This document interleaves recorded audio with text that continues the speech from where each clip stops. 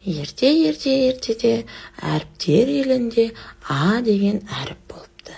А әріпі дауысты дыбыс екен. Ол сөздің барлық бөлігінде кездеседі. Соны айту үшін орманға А әріпі жолға шығады. Жолда ол балаларды кездестіреді. Сәлем достар, мен А әріпімін. Мен дауысты дыбыспын. Мен сөздің басында, ортасында, соңында кездесемін деген екен. Балалар таң қалып А дыбысын тыңдап тұрыпты. Мысалы айтып берейін ба?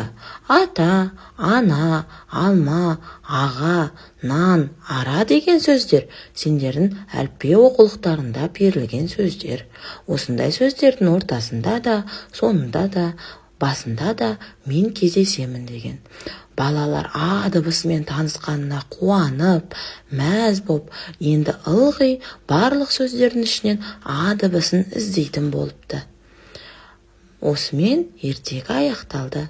А дыбысы қандай дыбыс? Естерінен шығармаңдар балалар.